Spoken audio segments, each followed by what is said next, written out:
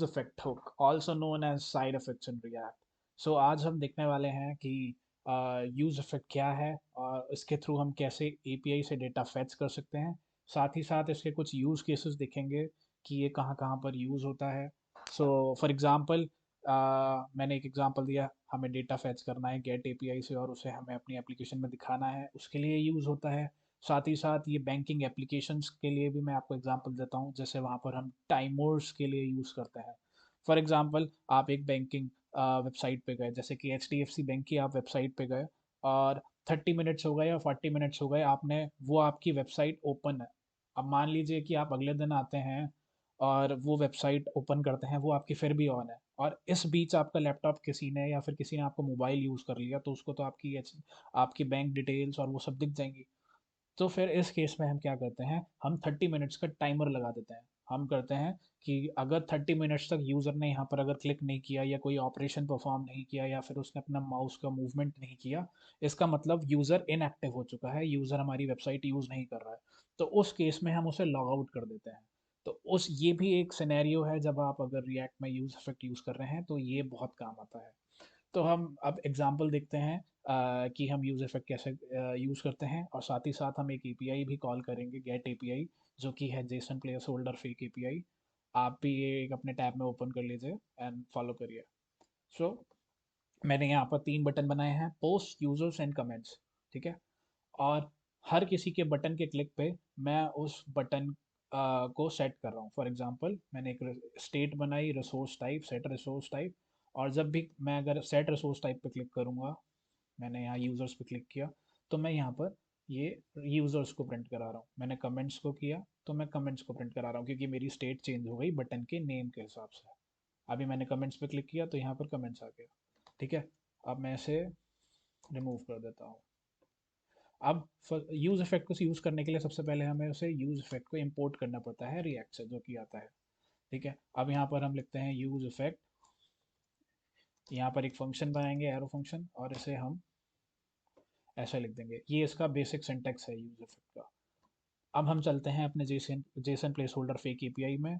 आप नीचे आएंगे तो ट्राई इट के नीचे आपको दिखेगा ये फेच मेथड जावास्क्रिप्ट का, इसे हम कॉपी करके यहाँ पर पेस्ट कर देते हैं। अब जैसा कि आप लोग देखेंगे, मैंने इसे सेव करा और एक बार रिफ्रेश कर लेते हैं, और यहाँ पर मुझे जेसन में ये मुझे रिस्पॉन्स आ गया एपीआई से। और अगर हम नेटवर्क में जाके चेक करेंगे तो ये मेरी एपीआई हिट हो गई। अब हम क्या करते हैं, इसे ऑब्जेक्ट लिटरल बना देते हैं और यहाँ पर टू डूज और वन को रिमूव करके हमने जो रिसोर्स टाइप भेजा है, जो सेट किया है, उसे यहाँ भेज देते हैं। अब मैं जब भी क्लिक करूँगा, मैंने मान लीजिए यूज़र्स पे क्लिक किया तो मेरे 10 यूज़र्स आ गए। मैंने कमेंट्स पे क्लिक किया, मेरे कमेंट्स आ गए। ऐसे ही अगर हम नेटवर्क में चेक करते हैं, मैंने यूज़र्स पे क्लिक किया तो मेरी एपीआई के यूआरएल में क्या गया, यूज़र चला गया। कमेंट्स पे क्लिक किया तो कमेंट्स चले गए। इससे हमें ये डेटा गेट हो गया, ये मिल गया। ठीक है। अब हम एक यहाँ पर H1 बना लेते हैं, ताकि हमें पता रहे कि हम किस बटन पे क्लिक कर रहे हैं और हमारा रिसोर्स टाइप क्या है। ये फिलहाल हम कमेंट्स में यूज़र्स पे क्लिक किया तो यूज़र्स आ जाएंगे। मैं अब कंसोल पे चलता हूँ। अब यहाँ पर हम एक और स्टेट बना लेते हैं आइटम्स की, सेट आइटम्स यूज स्टेट। अब हमें कैसे पता लगेगा कि हमें ये यूज स्टेट में बाय डिफॉल्ट क्या रखना है। अब देखो, ये एक एरे आ रहा है हमारा एपीआई से जो रिटर्न हो रहा है, तो हम यहाँ पर एक एरे ही ले लेते हैं।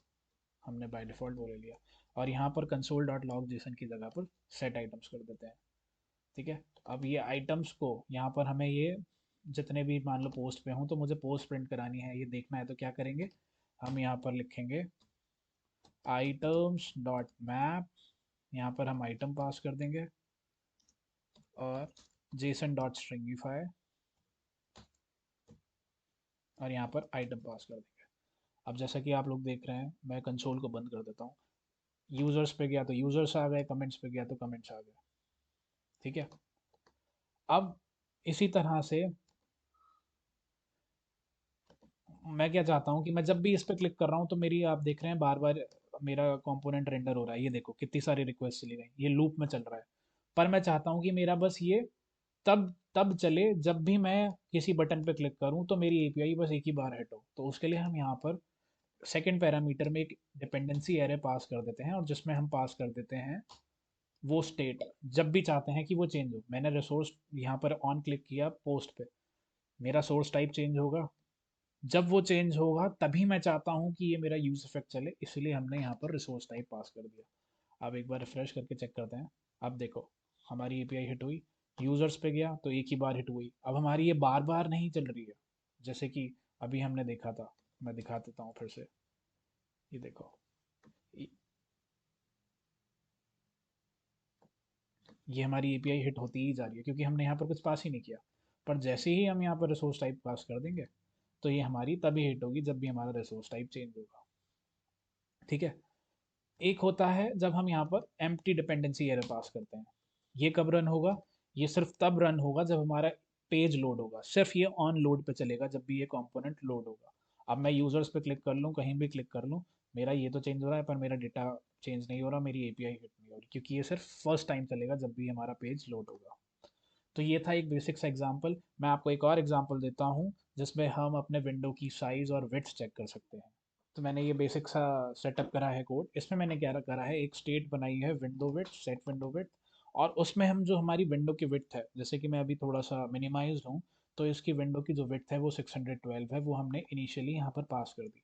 पर अगर मैं इसे बड़ा करता हूँ थोड़ा सा तो ये चेंज नहीं हो रही, पर अगर मैं रिफ्रेश करूँगा तो ये चेंज हो जाएगी। तो हम चाहते हैं कि ये जब भी हम इसे रीसाइज करें ये ऑटोमेटिकली चेंज होती रहे। तो उसके लिए क्या करेंगे, हम यहाँ पर एक side effect hook, use effect hook बनाएंगे। तो मैंने यहाँ पर बनाया यूज इफेक्ट। ठीक है। और यहाँ पर हम पास कर देंगे window dot add event listener, और इसमें हम नाम दे देंगे, मतलब रीसाइज को यूज़ करेंगे। और यहाँ पर मैं पास कर दूंगा एक फंक्शन हैंडल रीसाइज। अब इसे हम ऊपर बना लेते हैं, अभी ये एरर देगा const handle resize is equals to एक फंक्शन जो कि सेट कर देगा हमारी विंडो विड्थ को, विंडो डॉट इनर विड्थ। अब हम अगर इसे करते हैं चेंज, तो देख रहे हो आप लोग ये हमारी चेंज होती जा रही है। तो ये बिना यूज इफेक्ट के मुमकिन नहीं है, इसलिए हम use effect side effect hook को यूज करते हैं। ये अब हमारा हर किसी के रेंडर पे चलेगा क्योंकि यहाँ पर हमने डिपेंडेंसी एरे पास नहीं की है, तो इसलिए हम यहाँ पर एक एम्प्टी डिपेंडेंसी एरे पास कर देते हैं। Okay. So I hope everyone have learned how we can use or utilize our use effect in our React application. So I hope that you find this video helpful. And if you haven't uh, seen my use state video, kindly do watch it and then watch this one. I hope everyone's clear with their topic. And अगर किसी को कुछ भी queries या questions हैं वो comment section में ज़रूर कमेंट करें, मैं जल्दी से जल्दी उनको आंसर करने की कोशिश करूँगा। और अगर आपको वीडियो अच्छी लगी तो काइंडली सब्सक्राइब करें चैनल को, और फ्यूचर में ऐसी वीडियोस मैं लाता रहूँगा। Thank you so much.